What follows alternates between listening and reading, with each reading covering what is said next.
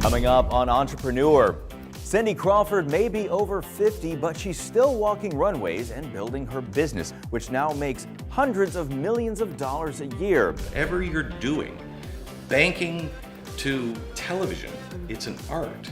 And if you don't feel that what you're doing is an art, you shouldn't be doing it.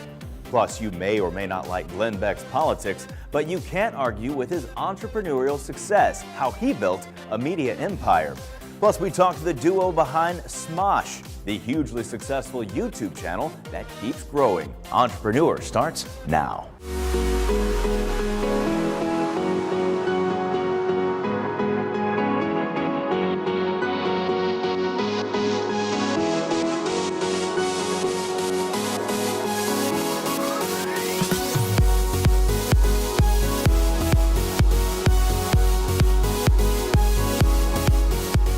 Hi, I'm Lance Smith, in for Patricia Wu this week. As always, we start with our celebrity entrepreneurs, and tonight is Hollywood's biggest night. While there are a lot of great movies in the running for Oscars, there's no question La La Land is an industry darling.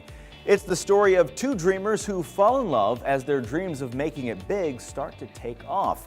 But big decisions threaten to dash those dreams, a plotline that spills into life for anyone with big aspirations. Correspondent Scott Carty sat down with Emma Stone and Ryan Gosling to talk about the gambles they take as actors and the keys to pursuing dreams.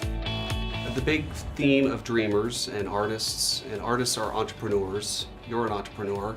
What is it that keeps you going to push through and keep creating and find the next thing that fulfills your passion? Making movies is a pretty great job if you can get it, and it's great because as much as you feel like you are learning about it and you can get better, it's still, you can never obviously perfect it. So it keeps you, every time is a different combination of people and story, and it's a collaboration every time, and so it's familiar enough that you feel like you can kind of progress, but it's also different enough every time to keep it interesting. Talk about, for you, going through this journey and getting to the point you're at in your career where now you get something like this that's getting such great reaction.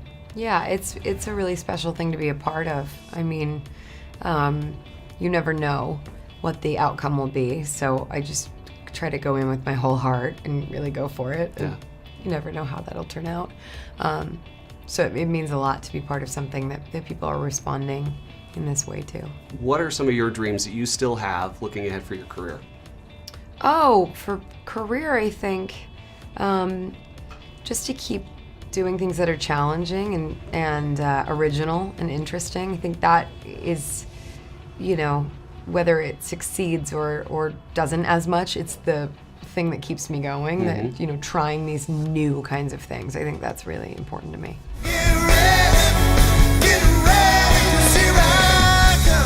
He has more than 5 decades and hundreds of hits under his belt. Now Smokey Robinson is helping produce a miracle in the lab instead of the studio.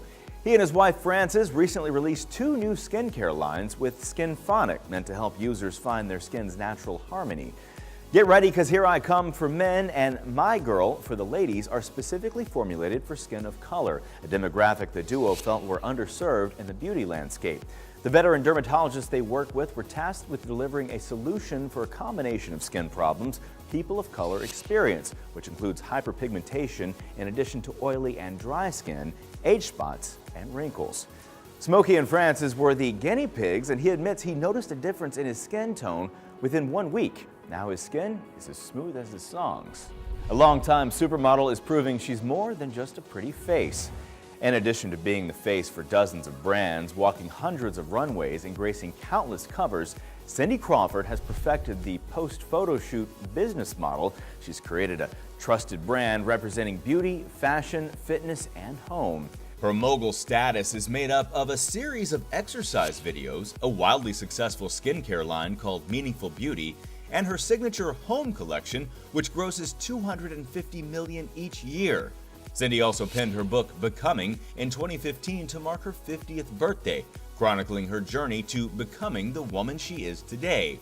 In the end, Cindy says her business success has nothing to do with being pretty. Her #1 piece of advice for entrepreneurs: Be a team player, but trust that no one knows your brand better than you. When you think of models, you may think lingerie, as many are paid to don them, but one Golden Globe winning actress opted to help create them while making a social impact. The mission of Naya, co-founded by Jane the Virgin star Gina Rodriguez, is female empowerment. The factory is the only startup lingerie company to completely control its supply chain and primarily employs single mothers or female heads of households and pays them above market wages with healthcare benefits. It also pays for their kids' school meals, books, supplies, and uniforms. And the final products? Well, they come in all shapes, sizes, and colors to complement any skin tone as a way to help encourage body confidence. The company also pays respect to Mother Nature by incorporating eco-friendly materials into its intricate designs and using digital printing to help reduce its carbon footprint. That's lingerie you can feel good in and about. Another actress is also on a mission for families, so she created a safe haven of sorts in West Hollywood. Actress Jessica Biel recently opened Off Fudge restaurant with a team dedicated to nurturing a healthier generation, mind, body, and soul. The food is all natural and dye-free. The kids' menu is fun, yet sophisticated enough for adults, offering things like grass-fed chicken fingers and baked mac and cheese, her son's favorite. But food isn't the main attraction for kids. That would be the playroom, housing a treehouse, old-school video games, and art kits. Paid au pairs even watch over the kiddos, so parents can enjoy a cocktail in the bar. And the marketplace isn't to be overlooked. It's stocked with retro toys and all-natural treats. As with most celebrity-driven endeavors, there are naysayers, but Jessica told the LA Times, quote, "You can call me snotty, you can call me elitist. We are providing a space where you can eat and be comfortable and confident that your children are not being pumped full of hormones and chemicals." Well, the day is done, but how do you make sure you have a restful sleep and ready to take on tomorrow? Author and entrepreneur Tim Ferriss explains the tools and one surprising drink he uses to end the day right. What are my evening routines, wind down routines, etc. before bed? What do I do? Number one is I will generally roll with something called a rumble roller. It is like a foam roller, but it's very intense. And that will prep your nervous system for sleep. The second thing that I'll very often do is I will have a concoction of apple cider vinegar, 1 tablespoon, and 1 tablespoon of raw honey mixed into hot water. I don't know why this works exactly. There are a lot of theories. It does work though. Then I will turn on something called a Marpac Dome. This is a white noise machine that is great for sleeping. It's just that consistent noise to drown out traffic, snoring dogs, snoring loved ones, whatever it might be. And then you want it dark and you want it quiet. So I always sleep with an eye mask. You need darkness. And I will use silicone putty earplugs if necessary when traveling, instead of the type that you roll up and stick in your ear, because this allows you to sleep on the side of your head without feeling like you have an ice pick in your brain. So those are a few things that I do at the tail end of the day, and typically pre-bed I will also do my PM check-in with something called the 5-minute journal, where I will go through, say, a very brief review, 1 or 2 great things that happened that day, how I could improve it, etc. It takes just a few minutes, and actually less than 5 minutes to complete. Ferriss is best known for his bestseller, The 4-Hour Work Week. His latest book, Tools of Titans, is available on Amazon and in bookstores.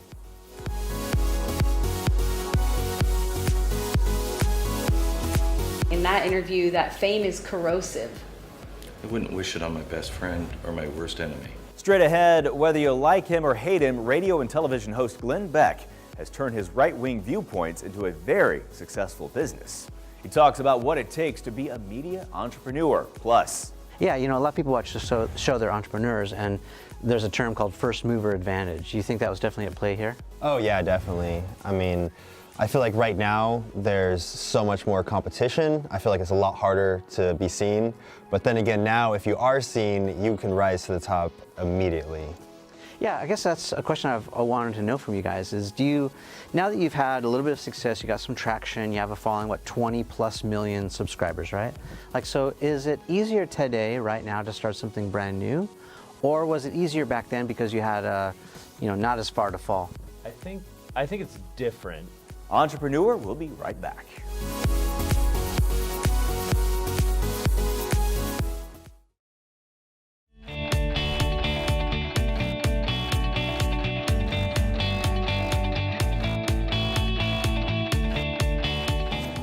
I grew up imprisoned in U.S. internment camps, and so I'm very conscious of the fragility of our people's democracy. And so that's been what's defined me from the time I was a teenager. I started reading about the noble ideals of American history.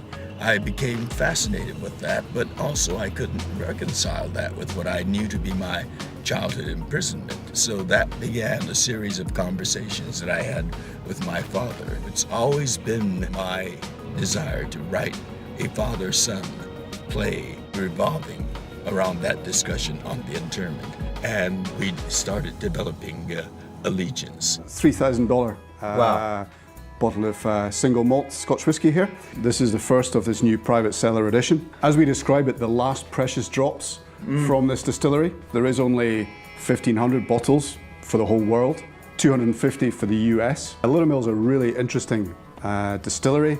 It's potentially the oldest distillery in the world, and this will be the first of a number of releases over the next few years. I don't think I can hold out any longer. You know, maybe we should drink this liquid you're talking about? Before you drink single malt Scotch whisky, there's a few things sometimes. It's just how we look at some wee tips. One of the first things you do is you kind of look at the color of a whisky. You hold it up to the light and you've got that lovely golden amber color there. The fight, which is resistance might be stepping in, which is a natural part of this, right? You're pushing yourself forward, you're doing some new things, and I want to talk to you today about how to be a little more negative. That's right, I said how to be a little more negative. When you've heard from the personal development field or leadership gurus for a long time that what's most important to be successful is you need to be positive, I can tell you from someone who's worked with billionaires, with athletes who achieve medals at Olympics or personal bests in whatever league that they're involved in, negativity plays a big part in this. To celebrate the franchising community, we have created our Entrepreneur Franchise 500 series, sponsored by Organiche Boosters.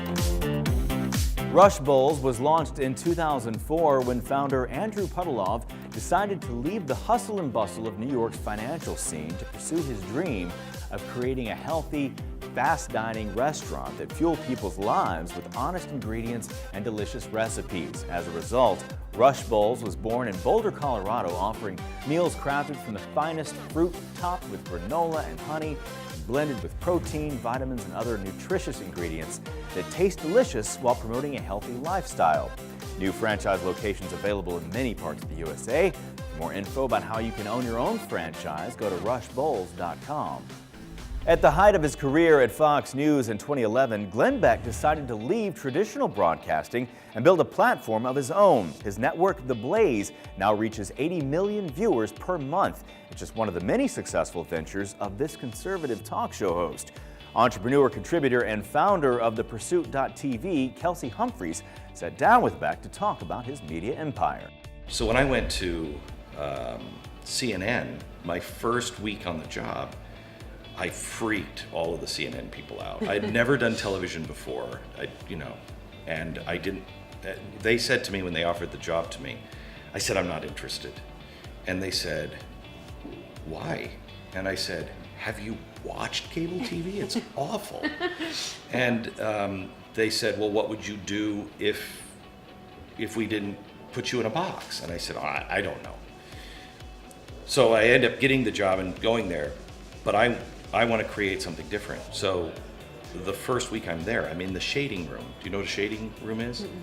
Shading room is, you know the color bars that they put up on TV? Mm-hmm. The shading room puts the color bars up, and you have to tell the camera, that is red, that is green. Mm. And if you tell the camera that red is a different color, all of the other colors change, okay? And so you can do the most amazing things with shading. When I was on CNN, if you ever watch, my eyes are the bluest blue you've ever seen. Make friends with a shader. How interesting. And so the shading matters. So I went in and they were like albinos in this dark room with a lock on the door. Hole, yeah. Nobody goes in there. And I was in there, I had them opening up the cameras, teaching me everything, because I wanted to learn the craft. So I think the first thing is know the craft. It is a craft. It is an art. Whatever you're doing, banking to television, it's an art. And if you don't feel that what you're doing is an art, you shouldn't be doing it. Yeah, great advice. So then you decide to walk away from it all, then pretty much when you're at the tippity top. And you told Tim Ferriss recently in that interview that fame is corrosive. I wouldn't wish it on my best friend or my worst enemy. Because I think a lot of people watching who are interested in broadcasting, or they want to become a speaker, or they want to become, especially people watching on YouTube, want to become maybe the next YouTube star. So tell us what to look out for. Be careful what you wish for. I think I'm fortunate because I lost everything. I would have been a monster had I not lost everything. But I lost everything, and I knew what was important, and what was important was my integrity, my word. Being an alcoholic, you lie to everybody, including yourself. Yeah. And what your crash usually comes from is, I can't take the lies anymore. Yeah.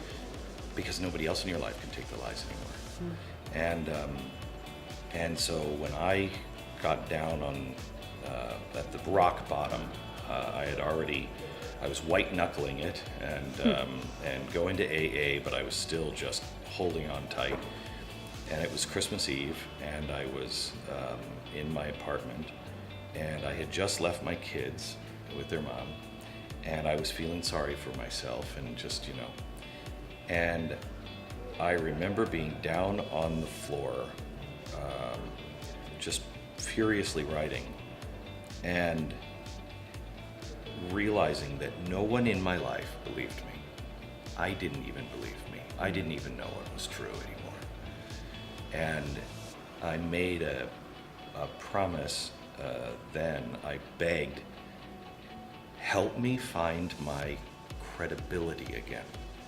And I promise I will not waste it. I promise I won't violate it again. Because it meant so much.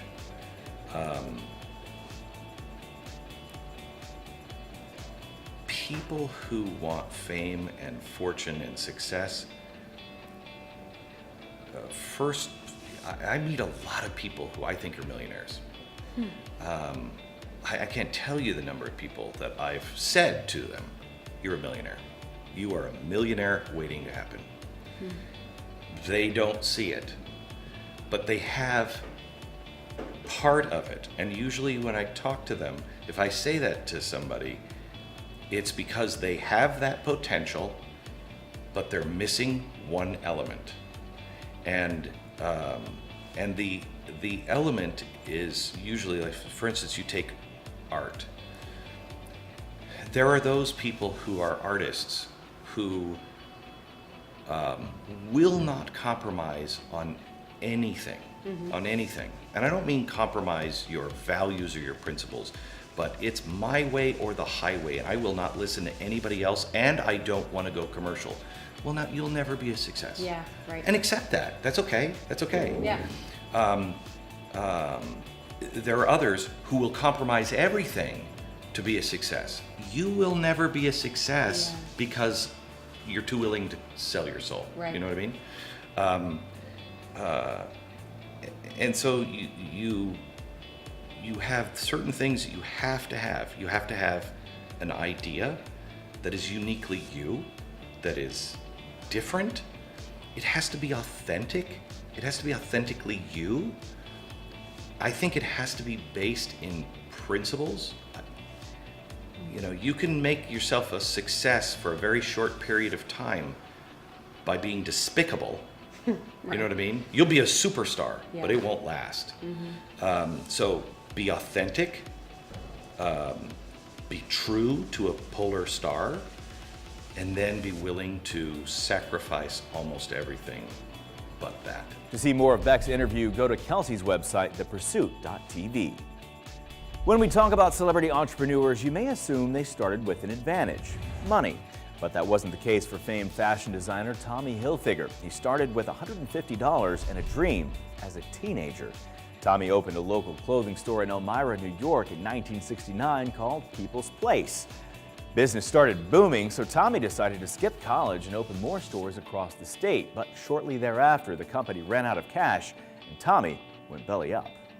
I was bankrupt when I was under 25 years old. I was in my mid-20s with my first business. What I realized was that was the best learning experience I ever had, and it was my MBA.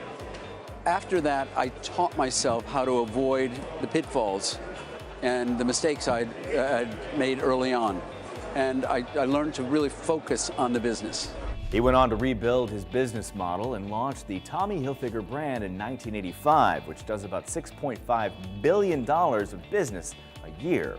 If you need a little entrepreneurial encouragement, you can read about Tommy's rise to the top in his memoir, American Dreamer, My Life in Fashion and Business.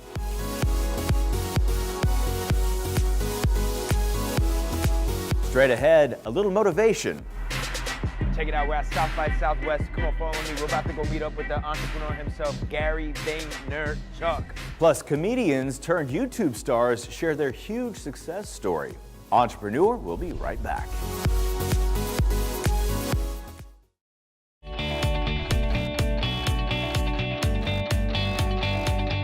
When you're an entrepreneur, whether you've been in business 1 or 15 years, sometimes you need to shake things up. Dawn Casal, co-owner of One Girl Cookies, had to do just that after her company started to grow. Check out her story, brought to you by Staples. We had been in business at that point for 15 years, and after 15 years you think you've got it all figured out, and you don't.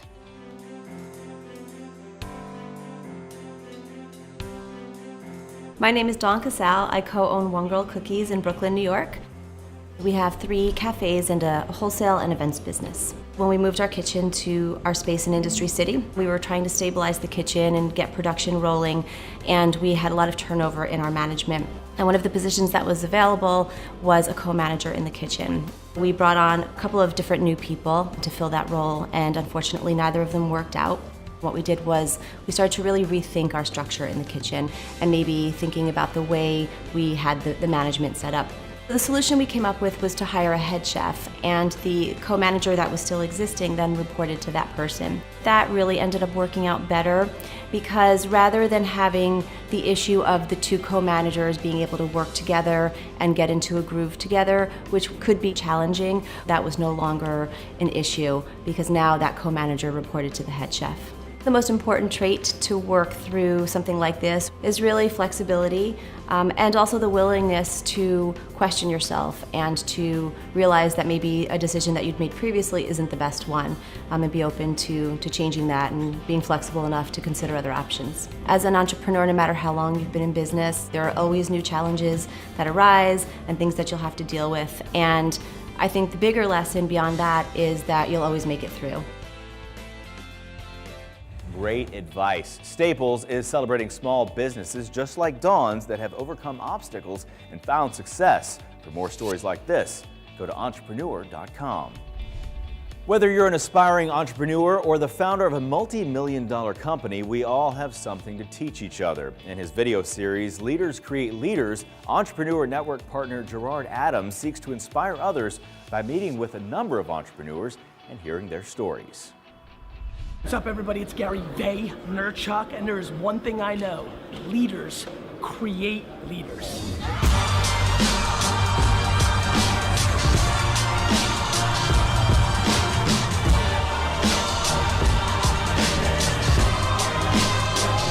So we're going to talk to him a little bit about VaynerMedia, how we went from start to 600 plus and continuing to scale. We took that 80K.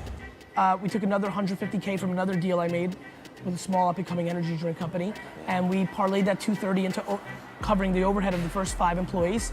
And then somewhere along the line, before the end of the year, I landed a $1 million deal with Pepsi. And that started it. Once you had Pepsi, I landed the NHL very early on too. Then we got Campbell's. Talk about what it means to be a real entrepreneur. The reason I've been getting louder about this issue is I do think it's about to hit the fan. I think capital is about to dry up. Yeah. And I think a lot of people that build companies that are just based on raising the next fund are in deep. Purging all these entrepreneurs out there. Actually creating revenue and running a profitable business is a good strategy for business. Like, where are we? Like, where are we now where people think users or visits or time on site is the proxy to a successful business. They are indicators to allow you to make money. And right now, most people are not making money. Most people are raising money, trying not to burn it, or let me phrase, they're burning it and hoping that they make it to the next round. People don't really know what it takes. You know, it's a day in and day out type of lifestyle. You know, it's not gonna happen overnight. Gary proves that. You gotta put it in the grind. I don't begrudge anybody that wants a Lambo or a BMW or a Rolex. It's just interesting to me how much I don't. Yeah. Like, to me, the only good thing about entrepreneurship is not the money, it's not the stuff, it's the game. Like, to me, the only other thing I could have been in life was an athlete, because I'm a competition junkie. I want it to be nothing. I don't want to win because I want a private jet. I want to win because I want to look everybody in the face and be like, I beat you. I beat you in business. Like, that to me drives the shit out of me. That's what I love about him. That's how I relate to him. We're gonna talk a little bit about his inspiration with his book, the Ask Gary V book. Just starting to happen, where people that are unbelievably successful, or in the case of a couple people I'm thinking about right now, more successful on paper than I am. Somebody took a big time job, the most coveted job in venture. And he texted me and he said, you telling me that I was great at this game gave me the platform to make this move. Thank you. Private Text 101. Let's talk about social media. Let's talk about South by Southwest, what it means to be ahead of the game with media, social media.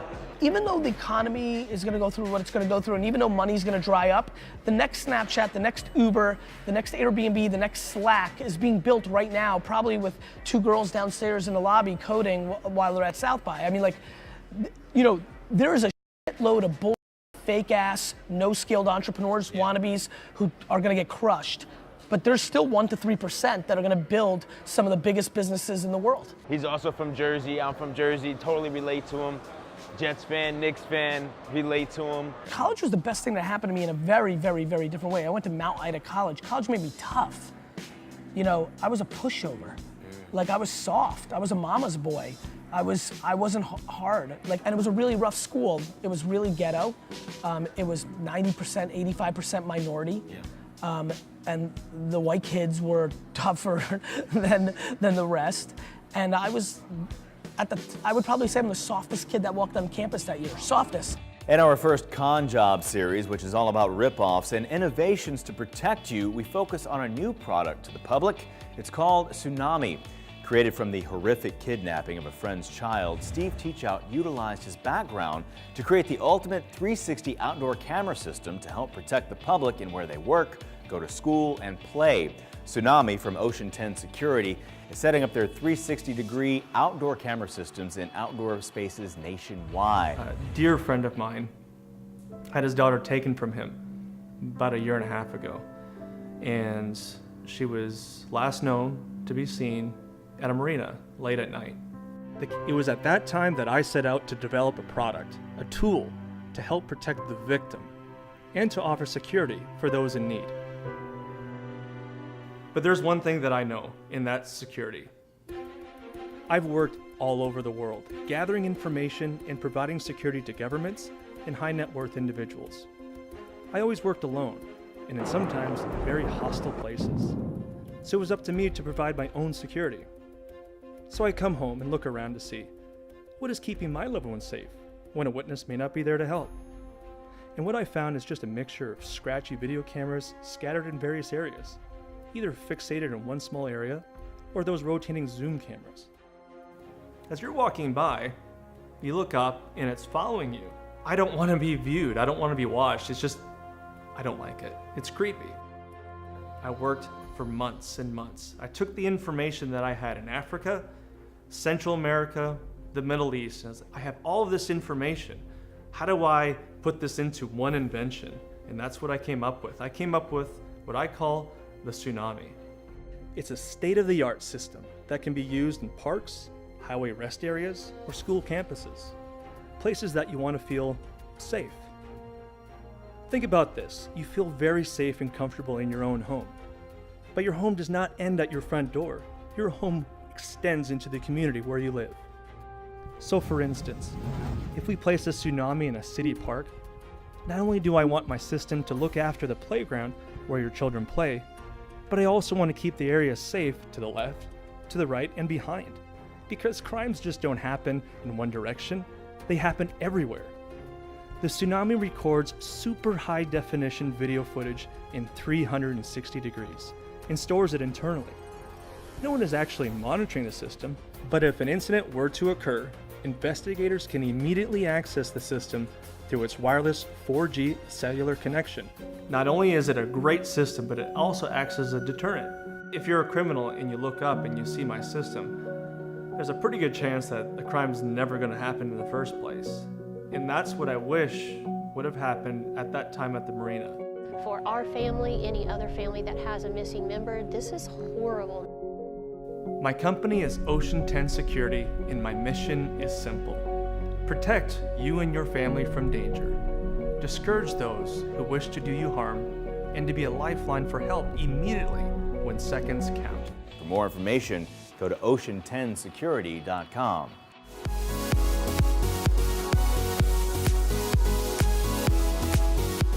Up next, they turn their comedy into a multi-million-dollar business. We sit down with Smosh, the YouTube celebrities, when Entrepreneur returns.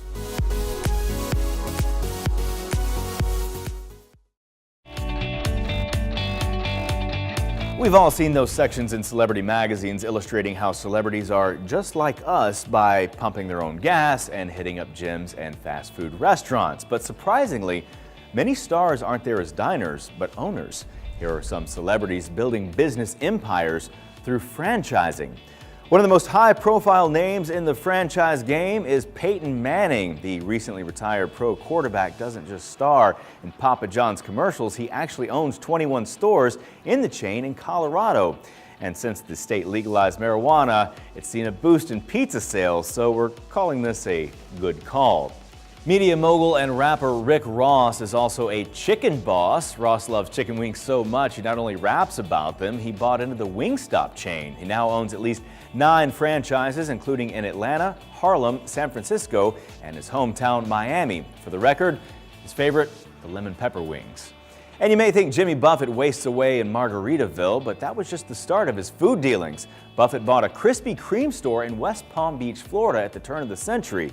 Then in 2002, he went in with the parent company and another franchise owner to create the South Florida Partnership.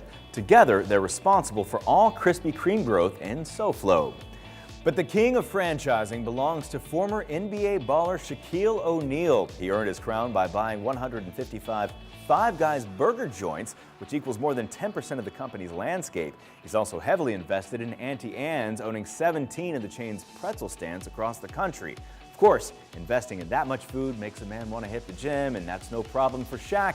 He also owns 40 24-hour fitness locations. That adds up to a net worth of about $350 million. Well, if you've never heard of them, it's a good chance your kids have. We're talking about Smosh, an American web-based comedy duo who's turned their YouTube channel into a multi-million-dollar business.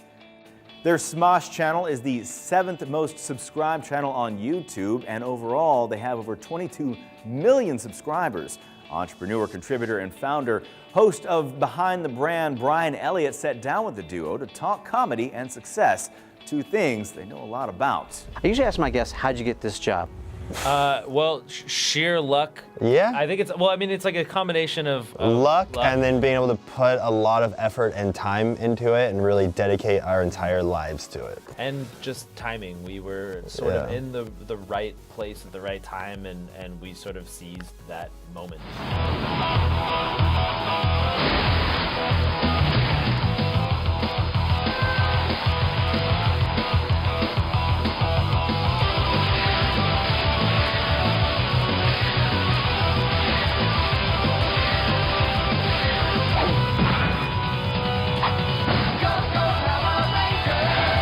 So early, just, YouTube's a baby, just recently birthed. Yeah. Yeah, there was not a lot of content on YouTube at that time and not a lot of good content. So there was a lot of opportunity for people who were passionate about what they were doing. There was a lot of opportunity to sort of rise above everything else. Yeah, you know, a lot of people watch the show, they're entrepreneurs, and there's a term called first mover advantage. Do you think that was definitely at play here? Oh yeah, definitely. I mean, I feel like right now there's so much more competition. I feel like it's a lot harder to be seen. But then again, now if you are seen, you can rise to the top immediately. Yeah, I guess that's a question I wanted to know from you guys is, do you, now that you've had a little bit of success, you got some traction, you have a following, what, 20+ million subscribers, right? Like, so is it easier today, right now, to start something brand new? Or was it easier back then because you had, you know, not as far to fall? I think it's different. I think there's probably the same amount of opportunity, but there's different ways of going at it now. Back at the beginning of YouTube, you just had to get one video on the front page, and then that could usually expose your channel to everybody. Now it's a little weird. Like there's certain ways that people have been able to work the algorithm, and they can amass like a huge amount of followers like very, very quickly.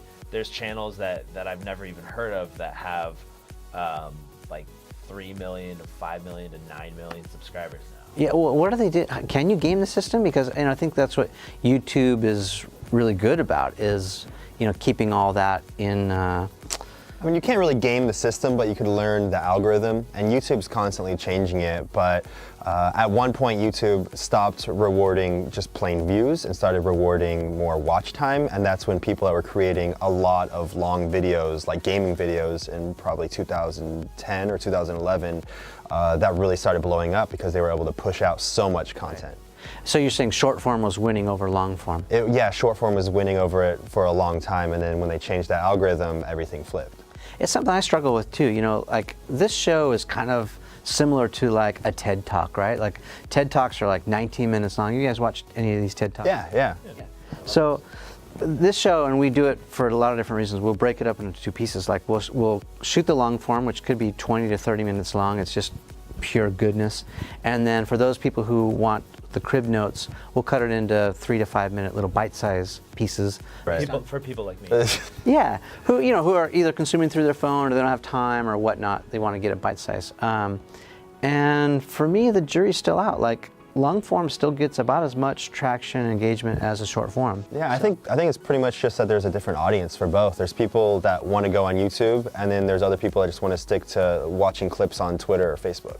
Yeah, it seems like I've heard the term like lean in and lean back. Like Twitter, Facebook, you know, Instagram, these are like lean in types of experiences, right? Where you're engaged or you're laughing or you're swiping or whatever. And like YouTube's very much lean back, right? Like, yeah, I feel like those lean in types of content pieces are a lot more disposable. They feel like they're just really quick, and sometimes you're not even, you know, you're allowed to not put your sound on, so they just have text and subtitles over it. And I think it's personally, I feel like it's a lot more, the content on YouTube at least is a lot more worthwhile because it feels like it has more longevity. To see more of Brian's interview and other stories with successful entrepreneurs, go to BehindTheBrand.tv.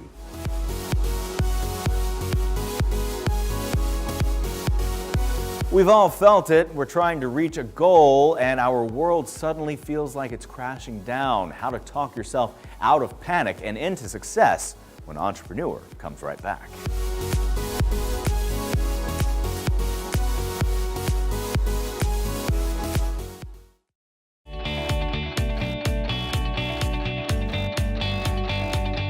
There are plenty of entrepreneurs in the food biz, and the growth category is all about eating healthy. Check out some of these brands dedicated to helping people eat better. Well, people need to be careful in their intake of salt in their diet. To help compensate the loss of your salt desires comes Sans Cells.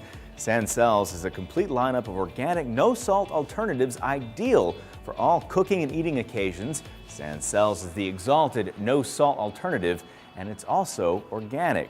It's been over 20 years since there's been innovation in the pizza creation category at supermarkets. Organitza is changing that with a full lineup of organic pizza toppings, from red pepper to jalapeno to chipotle and many more. With its category partner, Rustic Crust, they're creating a whole new perspective for the in-store pizza creation category. Look for Organitza options in pizza restaurants soon as well, and for more info, go to Organitza.us. Let's put this episode to bed with the story proving you don't have to be a celebrity to make your entrepreneurial dreams come true. But getting into bed with one doesn't hurt. Legends home bedding creators David Burstein and Inez Brigman got a signature line into Walmart stores with a little help from the king. As part of Walmart's Get on the Shelf contest, the duo pitched the retailer on why an Elvis Presley line made sense for its customers, and it worked. They scored a deal to sell the collection in 200 Walmart stores during the 2015 holiday season, and the line still has Elvis fans all shook up. Even though it's no longer sold in Walmart, sales continue to soar online. Well, no matter what you're trying to accomplish, whether it's building a business or reaching a goal, we all have moments where we hit one big roadblock. We have what we like to call a mental emergency. What's the best way to talk yourself down from that proverbial ledge? Here's some tips. First, don't be afraid to take a step back from whatever it is that you're working on and look at it with fresh eyes. Oftentimes, when we're so invested in a business or goal, our mental capacity feels overwhelming and overworked. So we take a break, clear your mind, and allow yourself to refresh. In doing this, you'll be able to move on to step 2, which is to reevaluate your goal or plan. Chances are you didn't create the perfect business plan the first time around, so don't be scared to go back to the drawing board, make some tweaks, or just reassure yourself that you're on the right track. Doing this, after taking time to refresh, will be sure to help you make better decisions moving forward. After you reevaluate, move on to step 3. And take some pride in the progress you have made. You are on a journey and you should be proud of how far you've come. Take some chances to reaffirm yourself, your hard work, and your success so far in order to keep pressing forward. Next, don't be scared to be honest with yourself about the problems you're having and face those challenges head on. This is the only way you're going to develop into the entrepreneur that you are aspiring to be. Finally, and most importantly, don't give up. Don't allow fear and doubt to creep in and steal your passion and your drive. These feelings are all a normal part of being an entrepreneur, and most likely you'll find yourself here again, just with a different situation. But if you can apply these tips now, you'll discover that you are capable of overcoming this mental block and any future roadblocks you may face in the future. Well, that will do it for this week's Entrepreneur. To see interviews from the show or thousands of articles and videos that will help motivate and inspire you, go to entrepreneur.com. We'll see you next week.